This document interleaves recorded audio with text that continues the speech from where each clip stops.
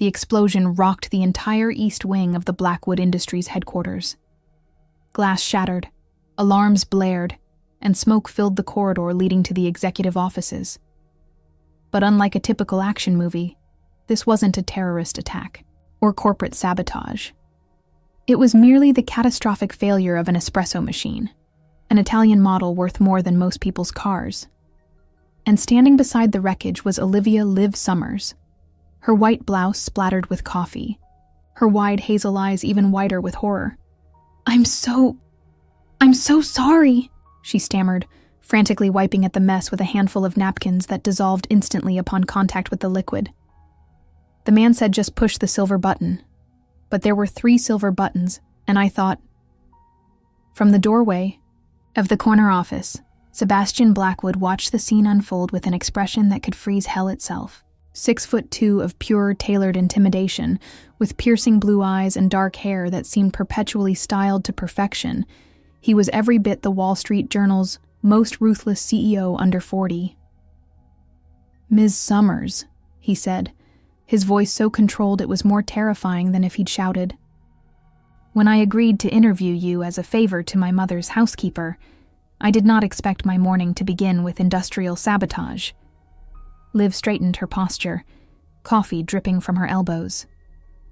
"With all due respect, Mr. Blackwood, if your fancy coffee contraption can't survive one mistake from a person who's only ever used a Mr. Coffee, then maybe it's not as high quality as the price tag suggests." A shocked silence fell over the corridor. Sebastian's executive assistant, Miranda, looked as though she might faint. No one spoke to Sebastian Blackwood like that. No one. To everyone's surprise, including his own, the corner of Sebastian's mouth twitched. Not quite a smile, but the closest thing to amusement he'd shown in the office in months. "Come in," he said, turning back toward his office. "And please refrain from touching anything else worth more than your hometown's annual budget." Inside his minimalist sanctuary of glass and steel, Sebastian circled his desk like a shark. "Your resume is unique," he said, glancing at the single page before him. "Waitress at the Sunshine Diner, assistant at the Meadowbrook Public Library, Strawberry Festival Organizing Committee. How exactly did you envision these qualifications translating to executive assistant at a Fortune 500 company?"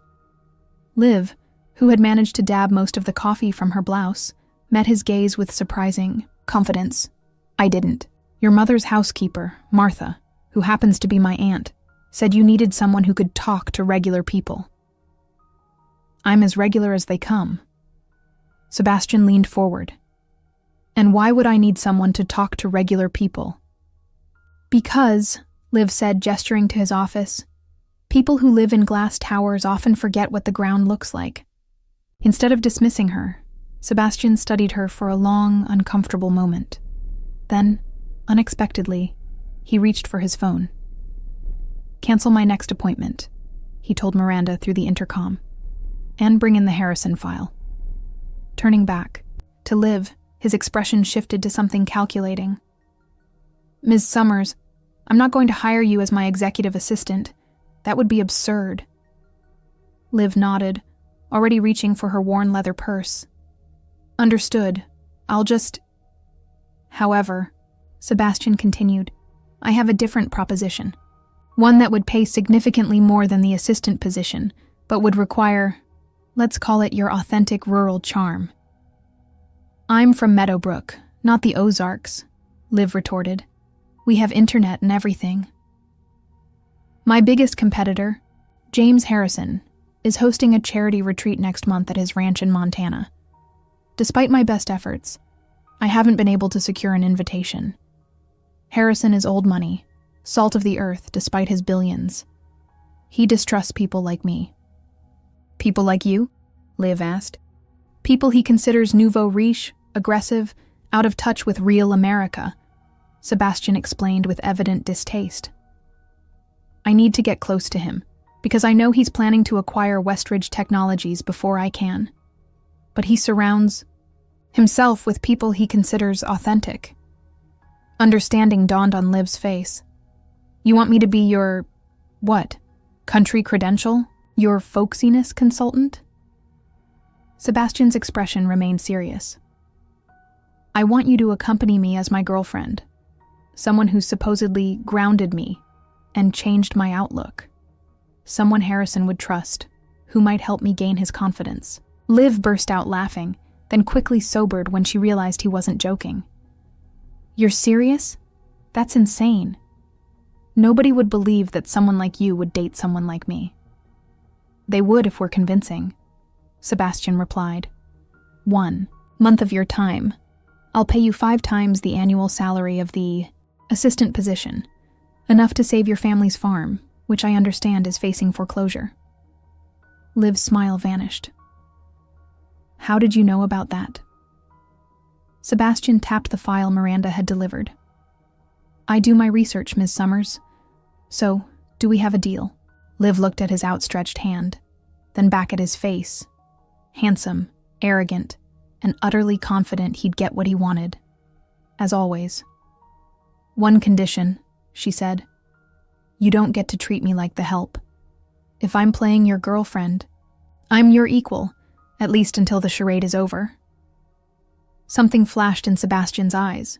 Respect, perhaps, or surprise. Deal. Little did either of them know that this business arrangement would change both their lives in ways neither could imagine. No, and absolutely not, Sebastian said, pinching the bridge of his nose as Liv emerged from the boutique dressing room in a floral sundress. The personal shopping suite of Bergdorf Goodman had been closed off for their private use, and a mountain of discarded designer outfits lay in Liv's wake. What's wrong with this one? Liv challenged, twirling before the mirror. It's pretty. It's comfortable. It doesn't cost more than my car. That's precisely the problem, Sebastian replied. James Harrison needs to believe you've influenced me, not that I've dressed you like some corporate acquisition. The clothes should be expensive, but understated. Refined, but not ostentatious. Liv rolled her eyes. Do you even hear yourself? I bet you practice saying things like ostentatious 3 times before breakfast. The boutique manager and her assistants exchanged nervous glances. No one spoke to Sebastian Blackwood this way. Yet remarkably, the feared CEO's expression softened into something almost resembling amusement. Try the ivory cashmere and the tailored jeans, he suggested, his tone gentler. And the leather boots, they remind me of something you might actually wear, just the luxury version. 30 minutes later, Liv emerged in an outfit that struck the perfect balance. Expensive yet approachable, sophisticated yet comfortable. She looked like herself, only elevated. Now that, Sebastian said, his eyes lingering a moment too long, is convincing. The boutique manager leaned in. Your girlfriend has natural style, Mr. Blackwood. She just needed the right pieces. Neither Liv nor Sebastian corrected her. Later, over lunch at a rooftop restaurant overlooking Central Park, Sebastian slid a folder across the table. Your backstory. Memorize it. Liv nearly choked on her water. We need a backstory? Can't we just say we met through your mother's housekeeper? That's actually true. Half-truths make the best lies, Sebastian agreed, sipping his espresso. But we need details. How we met, when we started dating, where we went on our first date. This is ridiculous, Liv muttered, but opened the folder nonetheless. She scanned the pages before looking up in disbelief. You've planned everything down to our first argument, which was apparently about you working too much and not appreciating the simple joys of life? Predictable, but believable, Sebastian shrugged. Harrison will eat it up, the ruthless businessman reformed by small-town values. And what exactly am I getting from this relationship, besides your charming personality? Liv asked sarcastically. Sebastian leaned forward, his voice dropping to a conspiratorial tone that sent an unexpected shiver down Liv's spine. According to our story, you find my drive admirable, my ambition exciting, my directness refreshing after dating men who couldn't make a decision to save their lives. That's, Liv began, then paused, annoyingly aware that those traits, stripped of his arrogance, were actually appealing. That's plausible enough, I suppose. There's one more thing, Sebastian said, his expression turning serious. Harrison is extremely perceptive. He's built his empire by reading people. If he suspects we're faking, not only will my business plan fail, but he could make things very unpleasant for both of us. So what are you saying? I'm saying we need to practice, Sebastian replied. Being a couple isn't just about a backstory. It's about the way you look at someone, the casual touches, the silent communication. Liv's cheeks flushed slightly. You want us to practice touching each other? Among other things, Sebastian confirmed, seemingly oblivious to her discomfort, or perhaps enjoying it. Which is why I've arranged for us to attend a charity gala tonight. Consider it a dress rehearsal. Liv nearly spat out her drink. Tonight? But I don't know anything about galas. I don't know which fork to use or how to make small talk about stock portfolios. That's precisely why it's perfect practice, Sebastian countered. The gala benefits agricultural sustainability initiatives. Many of the attendees will be from farming backgrounds who struck it rich, not unlike Harrison himself. You can be genuinely knowledgeable about something while I play the adoring boyfriend learning about your world for a change. For the first time since their arrangement began, Liv saw a flash of vulnerability cross Sebastian's face. I need this to work. Olivia, he said quietly, using her full name for the first time. Harrison's acquisition of Westridge isn't just about business for me. It's personal. How personal? Liv asked, intrigued by this crack in his perfect facade. Sebastian hesitated, then reached for his phone. I'll send a car for you at 7. The dress will be delivered to your hotel suite. Sebastian, Liv said, firmly, placing her hand over his to stop him from retreating behind his digital wall. If we're going to make this convincing, it has to go both ways. You need to trust me with more than just a scripted backstory. Their eyes locked in a silent battle of wills. Around them, the busy restaurant continued its lunchtime symphony of clinking glasses and murmured conversations, but at their table, time seemed suspended. Finally, Sebastian sighed. My father built Blackwood Industries from nothing. Harrison was his friend, his mentor even, until Harrison orchestrated a market shift that nearly bankrupted us while my father was battling cancer. Dad never recovered, financially or otherwise. So this is about revenge, Liv concluded. Justice, Sebastian corrected, his jaw tightening, and ensuring he never does to anyone else what he did to my family. Liv studied him for a long moment, seeing beyond the tailored suit and practiced confidence to the wounded son beneath. Okay, she said finally. I'll help you, but not just for the money anymore. Why then? Sebastian asked, genuine curiosity in his eyes. Because, Liv said with a small smile, underneath all that expensive cologne and billion-dollar arrogance, you might actually be a human being worth fighting for. Sebastian blinked, clearly unprepared for her honesty. Before he could formulate a response, Liv stood.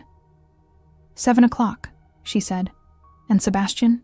I don't need a script to know how to touch someone I'm supposed to care about. That part comes naturally, or it doesn't come at all.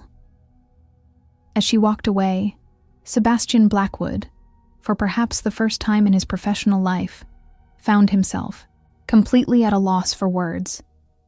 Liv stood frozen at the entrance of the Metropolitan Museum of Art's grand ballroom, gripping Sebastian's arm like it was the only thing keeping her from fleeing. The museum had been transformed into a glittering wonderland for the Agricultural Heritage Foundation's annual gala. Crystal chandeliers illuminated hundreds of New York's wealthiest citizens, all draped in designer fashion and dripping with jewels worth more than the entire town of Meadowbrook. I can't do this, she whispered, her heart pounding beneath the emerald silk gown Sebastian had chosen. The dress fit her like it had been created specifically for her body, the color making her hazel eyes appear almost supernaturally bright, Everyone is staring. Of course they are, Sebastian murmured, his lips close to her ear as his hand came to rest at the small of her back. You're the most beautiful woman in the room. Liv turned to deliver a sarcastic retort, but the words died on her lips when she saw his expression. There was no hint of mockery or calculation in his eyes, only genuine admiration that made her cheeks flush. That wasn't in the script, she managed to say. No, Sebastian agreed with the ghost of a smile. That was improvisation. Before she could respond, they were approached by an older couple, the man barrel-chested with a hearty laugh, the woman elegant, but with hands that showed years of hard work, despite their manicured appearance. Sebastian Blackwood, haven't seen you at one of these agricultural shindigs before, the man boomed, clapping Sebastian on the shoulder with surprising familiarity. Senator Thornton, Sebastian greeted him with practiced charm. I'm broadening my horizons. May I introduce Olivia Summers? Olivia, Senator William Thornton and his wife, Margaret. Call me Maggie, honey, the woman said warmly. Any woman who can get Sebastian Blackwood to an event supporting family farms must be something special. Liv smiled, genuinely this time. It's nice to meet you both. So, how'd you two meet? Senator Thornton asked bluntly. Last I heard, Sebastian here was married to his company, and divorce wasn't an option. Sebastian tensed almost imperceptibly beside her. This was their first test. Actually, Liv began, ignoring their rehearsed story completely. He ruined my favorite blouse when his ridiculously complicated espresso machine exploded all over me. Sebastian's eyes widened in alarm, but Liv continued, her natural storytelling ability taking over. He tried to blame me, of course, but I told him if he needed a PhD to operate a coffee maker, maybe the problem wasn't with the user. She smiled up at Sebastian with genuine affection for his current discomfort. Something about me standing there, dripping with his fancy Italian roast and refusing to be intimidated. Well, I guess it made an impression. Senator Thornton erupted in laughter while his wife looked delighted. Is that right, Sebastian? Maggie asked. After a moment of shock, Sebastian's expression softened as he gazed down at Liv. She called my $15,000 espresso machine a fancy Mr. Coffee with an attitude problem. No one talks to me like that. Exactly what you needed. The senator nodded approvingly. My Maggie here told me to take my fancy business degree and stick it where the sun don't shine on our first date. Been married 42 years now. As the conversation flowed, Liv gradually relaxed. The Thorntons, despite their wealth and power, reminded her of people back home. Straightforward, unpretentious, valuing authenticity over status. By the time they moved on to greet other guests, Liv had secured an invitation to visit their working ranch in Wyoming. That was, Sebastian began as they made their way toward the bar. Brilliant? Inspired? Award-worthy? Liv suggested with a grin. Off script, he finished, but his tone lacked real annoyance. Though effective, I'll admit. People like the Thorntons can spot a rehearsed story a mile away, Liv said, accepting a glass of champagne from a passing waiter. The best lies contain elements of truth. Sebastian raised an eyebrow. My own words, used against me. Touché. As the evening progressed, they fell into a surprising rhythm. Sebastian would introduce them to people from his world, hedge fund managers, tech entrepreneurs, old money socialites, and Liv would charm them with her unfiltered observations and genuine questions. In turn, when they encountered people from agricultural backgrounds, Liv took the lead while Sebastian watched her with what appeared to be growing respect. Dance with me, Sebastian said suddenly as the orchestra began playing a waltz. Liv hesitated. I don't know how to waltz. I'll lead, he assured her, already guiding her toward the dance floor. Just follow me. His hand at her waist was firm but gentle as he drew her closer than strictly necessary. "Put your right hand on my shoulder," he instructed softly, "and your left hand in mine." As they began to move, Liv was acutely aware of every point where their bodies connected. His hand at her waist, his shoulder beneath her palm, their fingertips interlaced. The scent of his cologne, subtle and expensive, filled her senses. "You're a natural," Sebastian murmured, as she quickly caught the rhythm, following his lead as if they'd danced together 100 times before.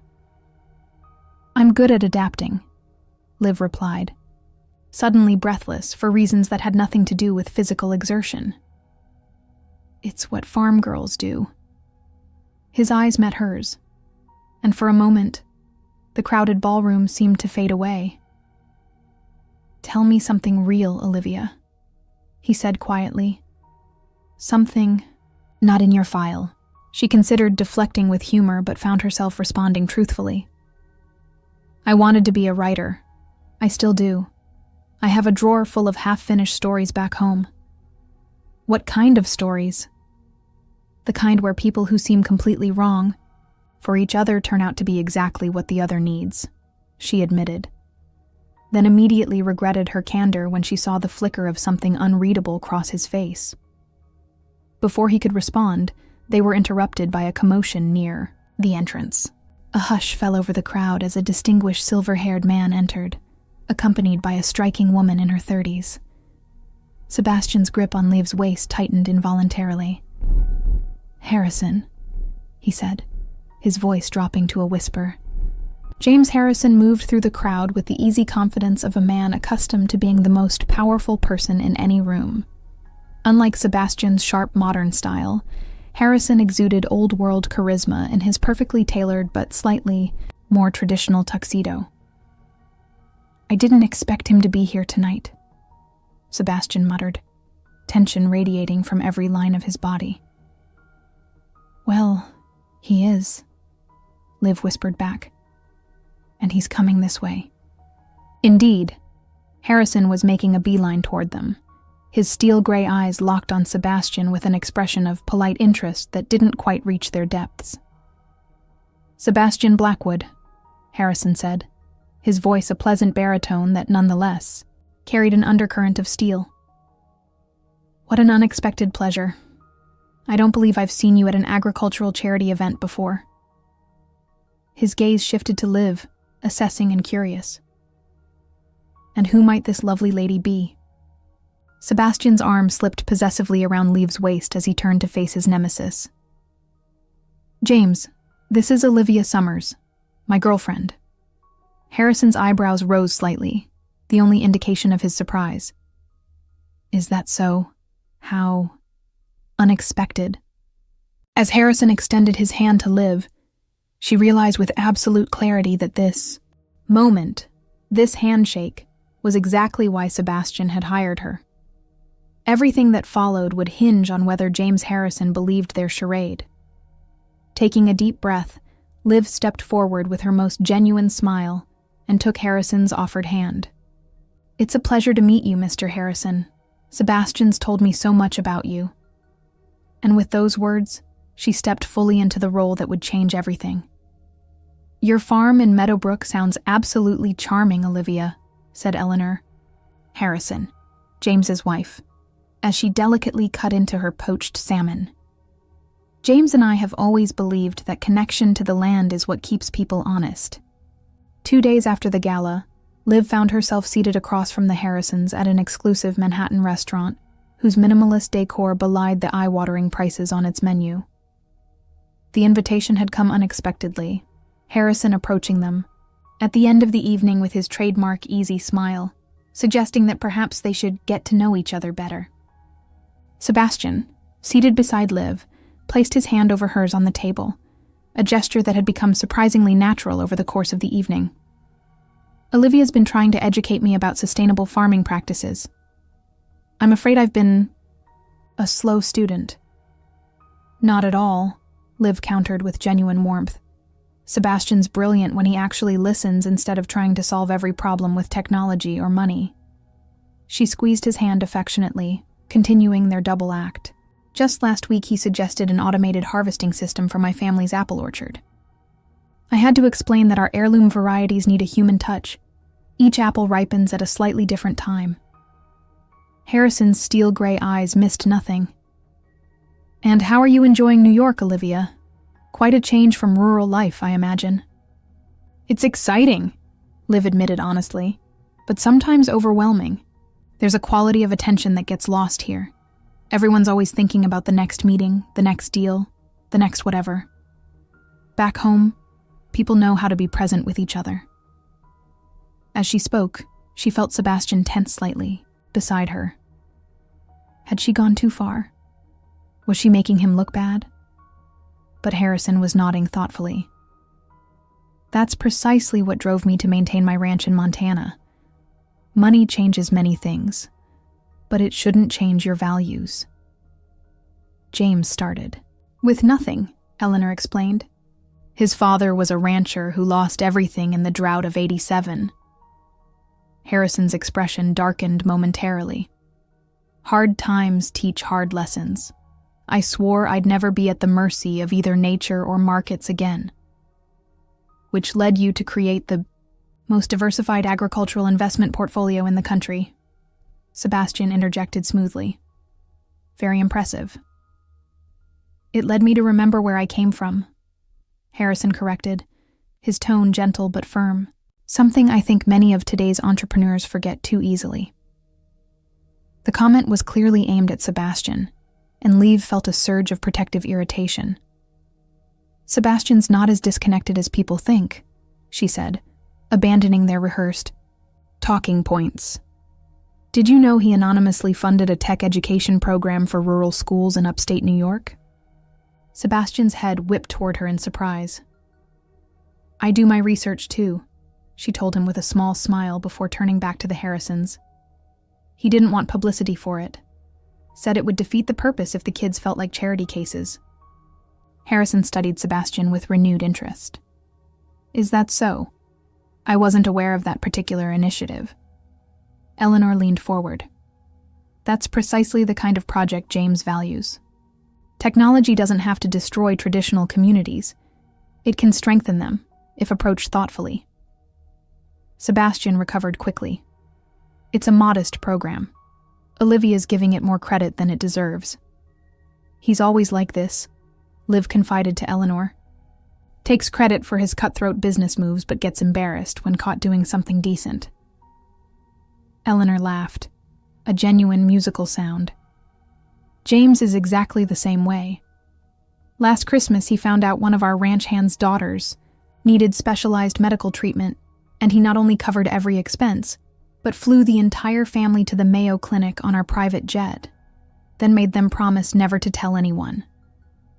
The girl needed help, Harrison said gruffly. Anyone would have done the same. Anyone with a heart and a private jet, Eleanor teased, her eyes twinkling with affection. For all the calculation of their business empire, Liv realized with surprise, the Harrisons' marriage appeared genuinely loving.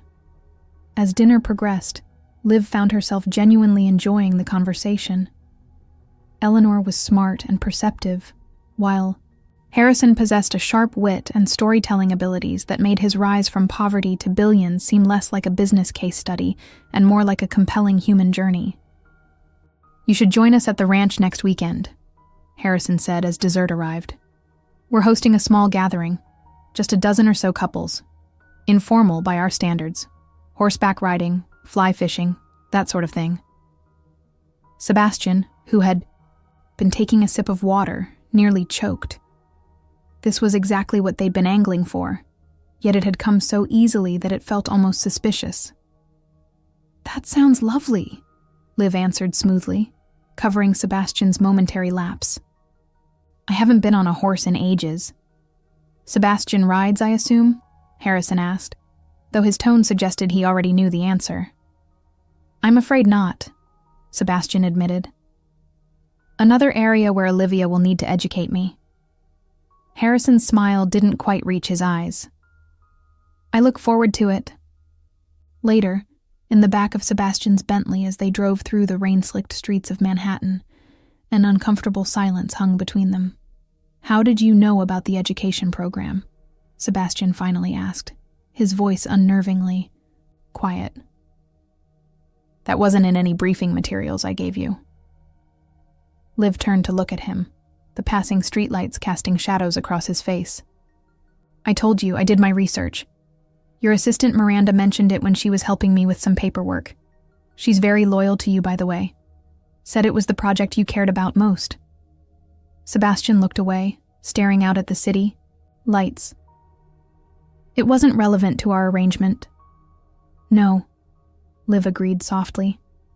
"It wasn't relevant to the ruthless billionaire persona you wanted me to help soften. It was relevant to who you actually are." "You don't know who I actually am," he said, but the words lacked conviction. "I'm beginning to," Liv countered. "The question is, why are you so determined to hide that person? Even from yourself?" Sebastian turned to face her, his expression more vulnerable than she'd ever seen it.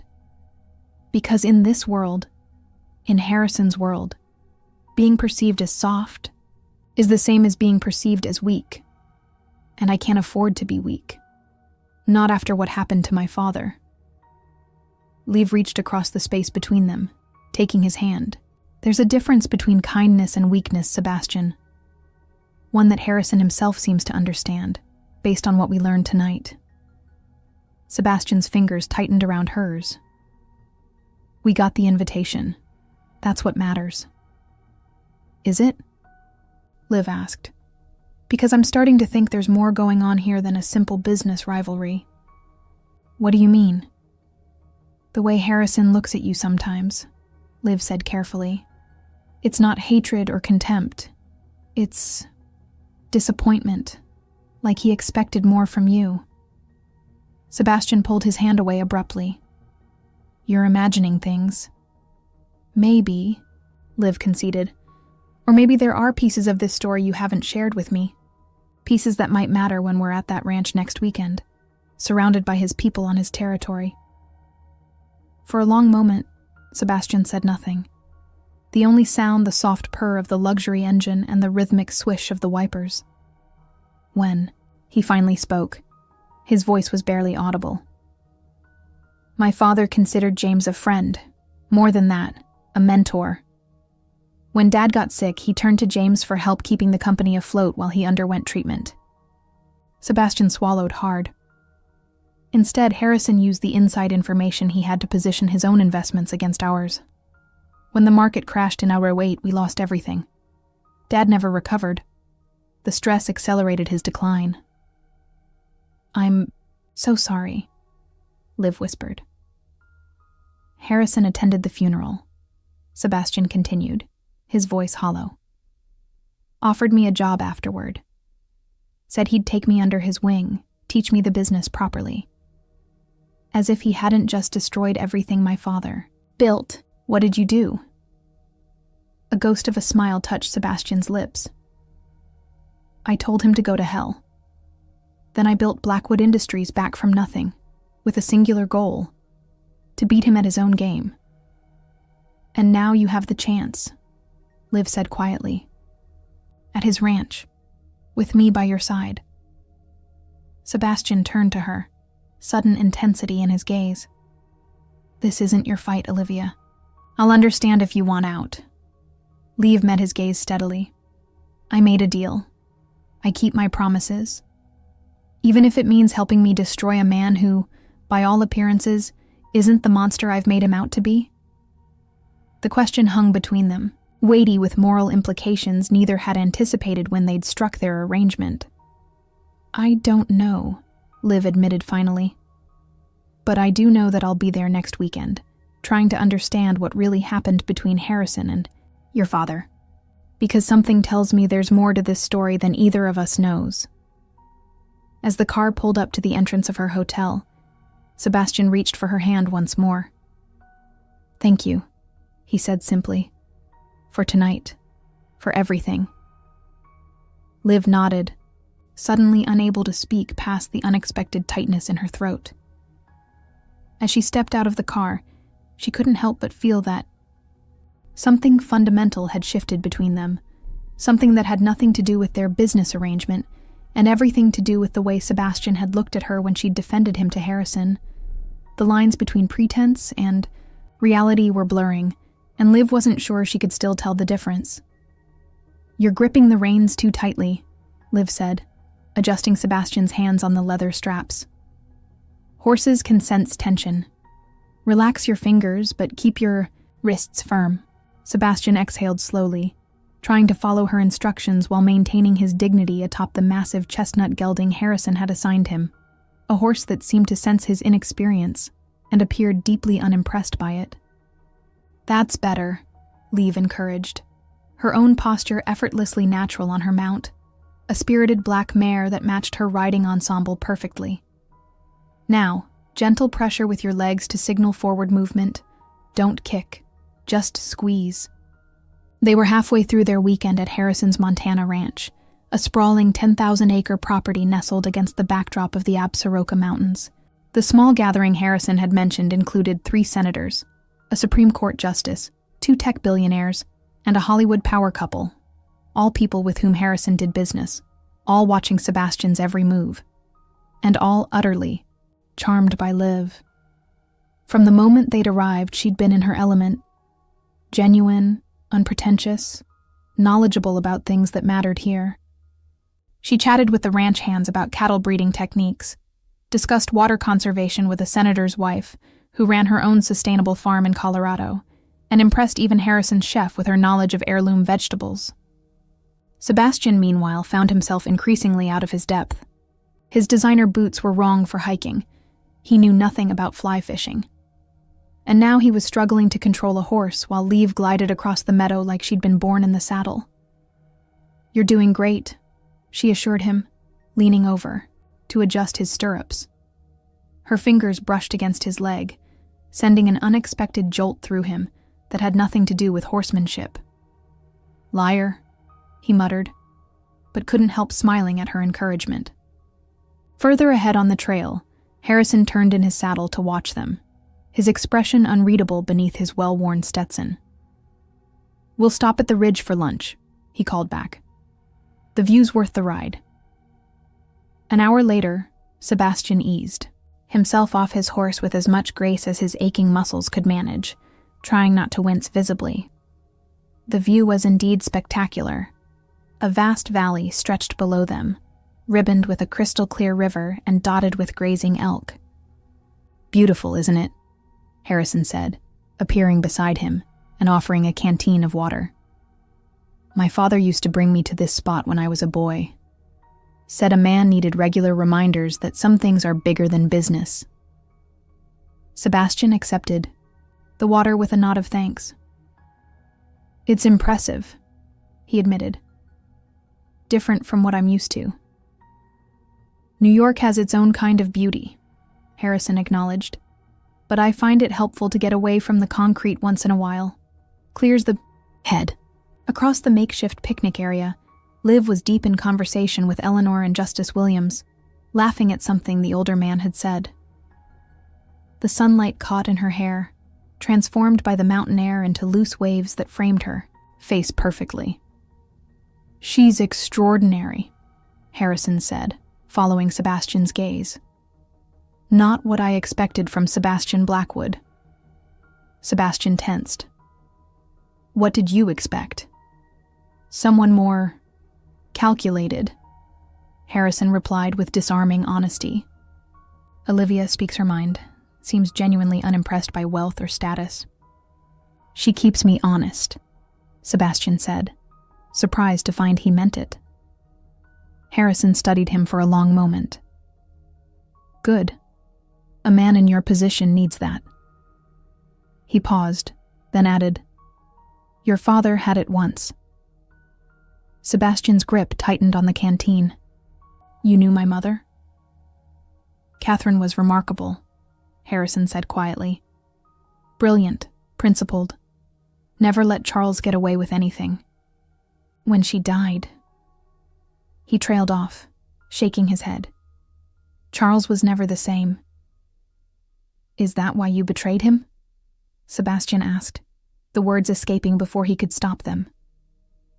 Because he was vulnerable without her? Harrison's expression shifted, surprise giving way to something more complex. Is that what you believe happened? Before Sebastian could respond, Liv appeared at his side, her smile faltering as she sensed the tension between the two men. Am I interrupting? She asked. Not at all, Harrison said smoothly. I was just telling Sebastian how much Eleanor and I have enjoyed getting to know you both. In fact, I was hoping you might join me in my study after dinner tonight. There's a business matter I'd like to discuss. Sebastian met Harrison's gaze, searching for any sign of duplicity. Both of us? Of course, Harrison replied. I've learned to value Olivia's perspective. She sees things from an angle most of my advisors miss. With that, he excused himself to check on the other guests, leaving Sebastian, and Liv alone with the panoramic view and an invitation that could mean everything, or nothing. What was that about? Liv asked in a low voice, moving closer to Sebastian. I'm not sure, he admitted. But I think we're getting close to whatever game he's playing. Did you ask him about your father? Sebastian nodded. He deflected. Liv studied his face. You're starting to doubt your version of events, aren't you? No, Sebastian said too quickly. Then, more honestly, maybe, I don't know. Every time, I think I have him figured out. He surprises you, Liv finished for him. People rarely fit neatly into the boxes we put them in. Sebastian turned to face her fully, struck by how right she looked against this backdrop, as if she belonged here in a way he never could. And what about you, Olivia Summers? Are you what you seem to be? Something flickered in her eyes. Vulnerability, perhaps, or guilt. I've been more myself with you than I expected to be, she admitted softly. Before he could ask what she meant, Senator Thornton called them over to see a bald eagle nesting in a distant pine. The moment passed, but Sebastian found himself watching Liv throughout lunch, wondering what other secrets she might be keeping. Later that evening, after a dinner of locally raised beef and vegetables from the ranch's gardens, Sebastian and Liv followed Harrison into his study, a warm, wood-paneled room lined with books and dominated by a massive desk carved from a single redwood slab. Whiskey? Harrison offered, gesturing to a crystal decanter. Please, Sebastian said, while Liv requested just a splash with ice. Harrison poured the drinks himself rather than calling for staff, then settled into a leather armchair, indicating they should take the sofa opposite. I'll get straight to the point, he said after they were seated. I'm aware that you've been pursuing Westridge Technologies, Sebastian. Sebastian kept his expression neutral, though his pulse quickened. It's a logical acquisition target. Indeed, Harrison agreed. Their quantum computing division would complement your AI work nicely. He sipped his whiskey. As it happens, I've also been in talks with their board. I suspected as much, Sebastian said carefully. Harrison set down his glass. What you may not suspect is why. Westridge has developed a prototype that could revolutionize agricultural monitoring, sensing soil conditions, water usage, pest threats, all in real time across thousands of acres. Liv leaned forward, genuinely interested. That could transform small-scale farming, make it competitive with corporate operations. Precisely, Harrison said, nodding appreciatively. But they lack the infrastructure to deploy it at scale. While Blackwood Industries lacks the agricultural expertise to maximize its potential, Sebastian concluded, beginning to see where this was heading. Harrison smiled slightly. A joint venture would make more sense than a bidding war, wouldn't? You agree? Sebastian stared at him in disbelief. You're proposing we work together? After everything that's happened? The past is the past, Harrison said, his expression turning serious. And perhaps not exactly as you believe it to be. Meaning what, exactly? Harrison sighed heavily. Meaning your father didn't tell you everything about those final months of his life, about why I did what I did. He rose, walking to his desk where he unlocked a drawer and retrieved a worn leather portfolio. I've been waiting for the right time to give you this. I think that time has come. He handed the portfolio to Sebastian, who accepted it with wary confusion. Your father wrote me a letter shortly before he died, Harrison explained. Along with some documents I think you should see. Read them tonight. If you still want nothing to do with me afterward, I'll understand, and I'll withdraw from Westridge negotiations entirely. Sebastian's fingers tightened on the worn leather. Why, now? It's been 15 years. Harrison's gaze shifted briefly to Liv. Because for the first time since Catherine died, I see someone in your life who might help you understand what really matters. What your father ultimately understood too late. He finished his whiskey in a single swallow. Read the letter, Sebastian. Then decide. After they left Harrison's study, Sebastian retreated to their cabin in silence, the portfolio clutched in his hand like a live explosive. Liv followed, uncertain whether her presence was welcome, but unwilling to leave him alone. In their elegantly appointed sitting room, Sebastian finally spoke. I don't know if I want to read this. Liv sat beside him on the sofa, close, but not touching. What are you afraid of finding out? That I've been wrong, he said, his voice barely audible. That I've spent 15 years hating the wrong person. Or that you've been right all along, Liv countered gently. But either way, don't you want to know the truth? Sebastian looked at her then, really looked at her, as if seeing past all the layers of their arrangement to something essential. Stay with me while I read it? Liv nodded, her throat unexpectedly tight. Of course. As Sebastian finally opened the portfolio, Liv realized with startling clarity that somewhere between pretending to care for this complicated, brilliant, wounded man and this moment of genuine intimacy, she had crossed a line she never intended to cross. She had fallen in love with Sebastian Blackwood. And tomorrow, when Harrison's letter had either reconciled them or driven them further apart, she would have to tell Sebastian the one truth she'd been hiding all along, a truth that might destroy whatever chance they had at something real. Dawn broke over the Montana mountains, painting the sky in strokes of gold and rose as Liv stood alone on the porch of their cabin. She hadn't slept. How could she, after watching Sebastian read his father's letter, after witnessing the fortress of resentment he'd built over 15 years crumble before her eyes? He was protecting me, Sebastian had whispered, his voice ragged with emotion as he finally set the papers down. All this time, I thought Harrison had betrayed him. But my father was the one who made the fatal investment decisions.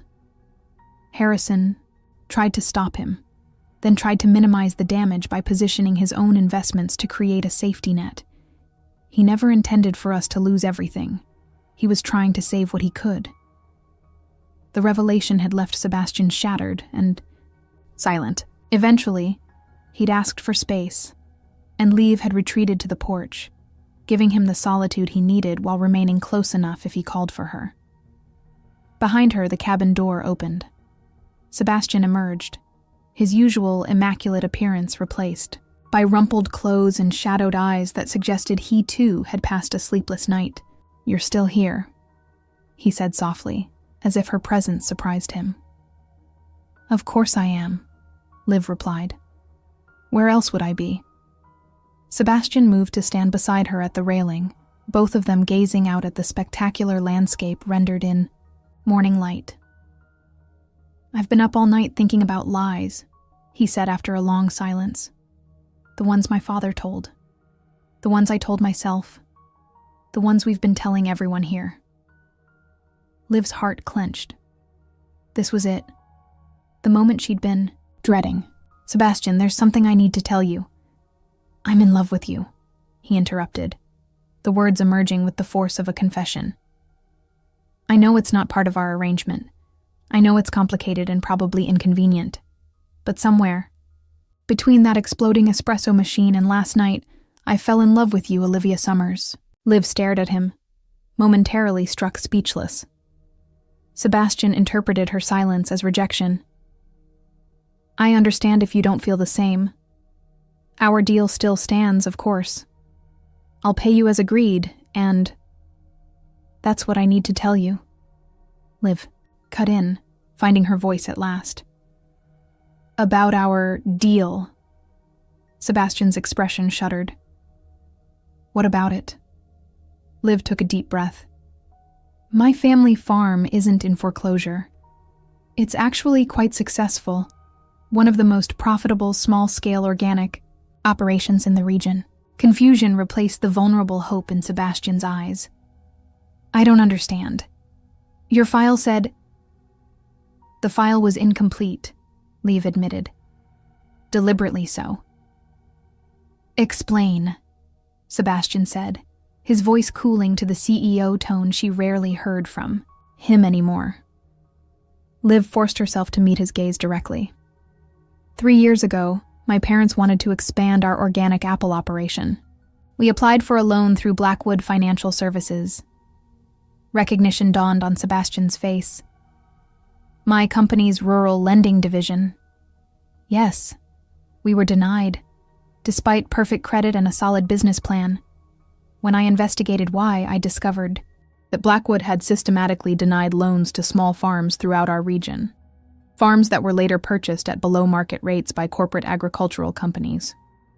I had nothing to do with that, Sebastian began, but Liv raised a hand to stop him. I know that now.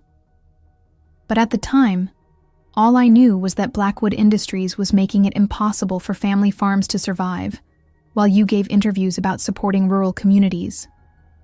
She sighed. So, when your mother's housekeeper, who really is my aunt, by the way, mentioned you needed someone who understood regular people, I saw an opportunity. To do what exactly? Sebastian asked, his voice dangerously quiet. To get close enough to find evidence of predatory lending practices, evidence I could take to regulators. Liv swallowed hard. I never expected to actually like you, Sebastian. I certainly never expected to fall in love with you.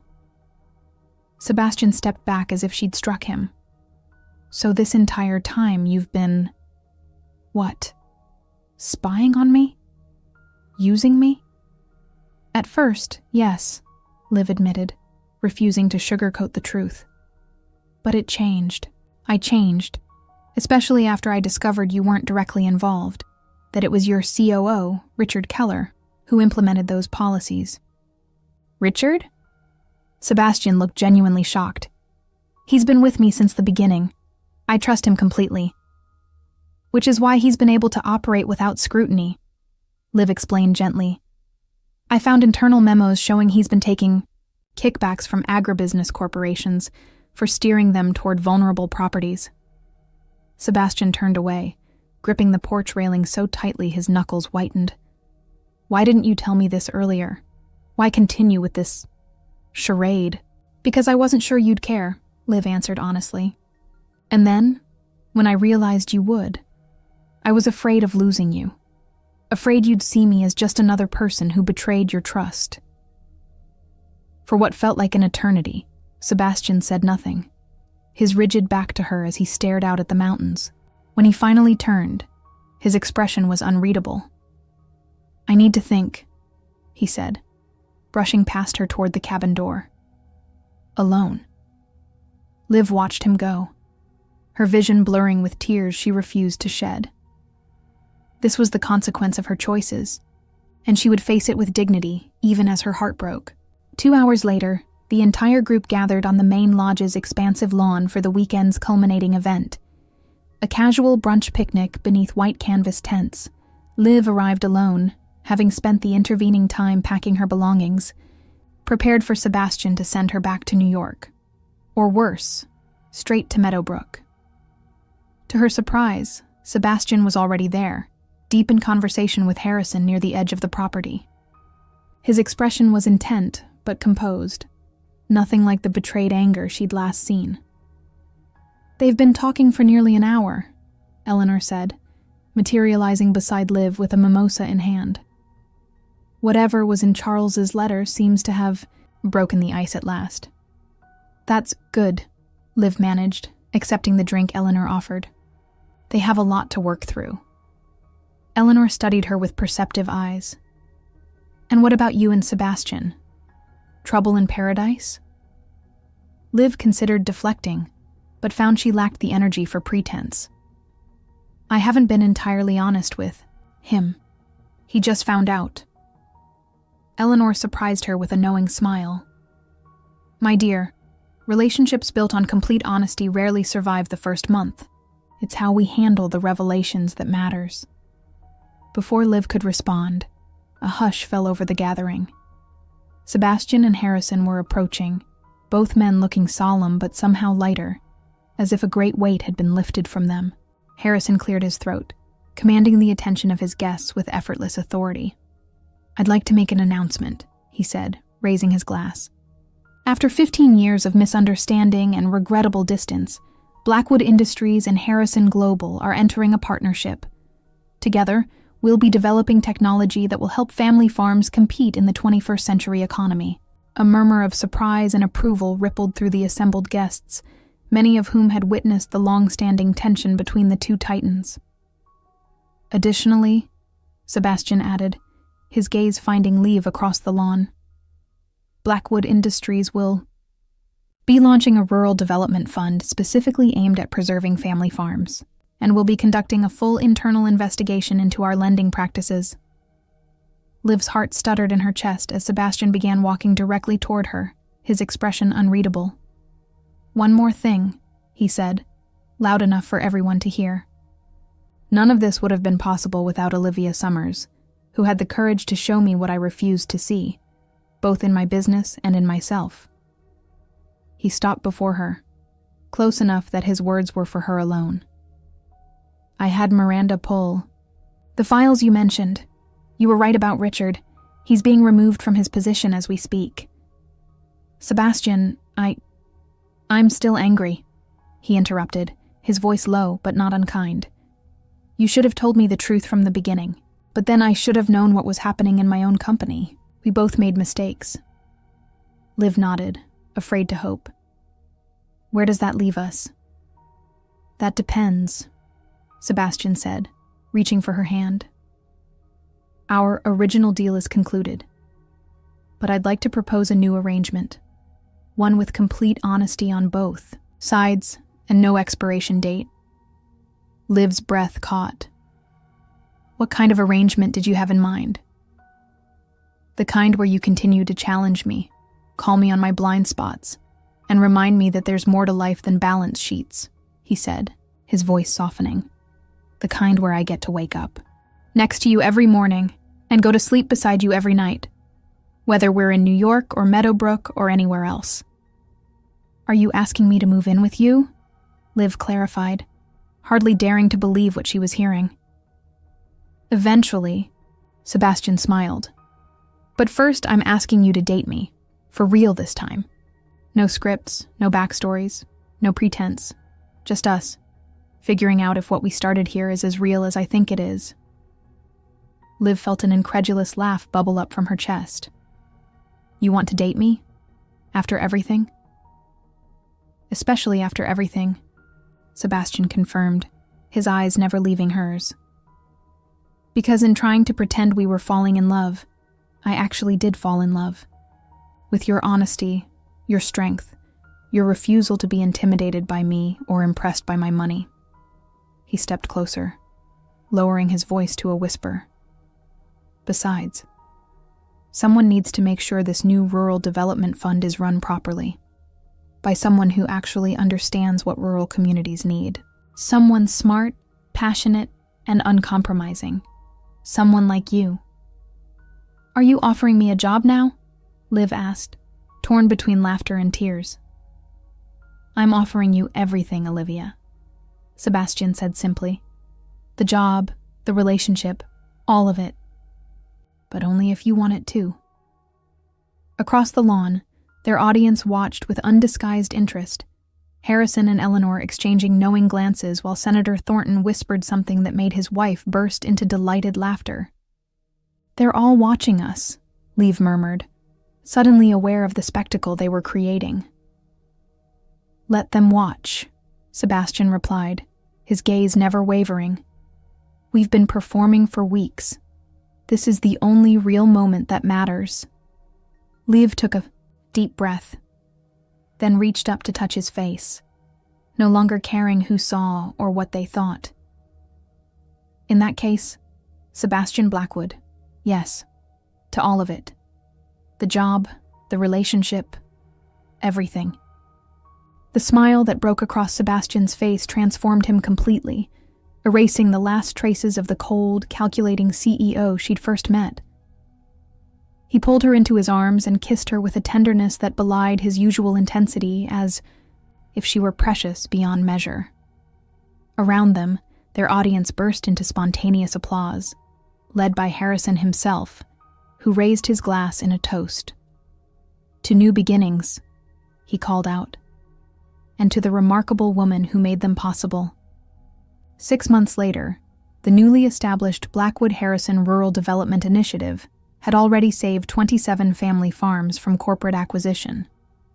Sebastian divided his time between New York and Meadowbrook, where a renovated farmhouse now served as his second home. Richard Keller had been prosecuted for corporate fraud, while Sebastian and Harrison's joint acquisition of Westridge Technologies had revolutionized agricultural monitoring systems for small-scale farmers.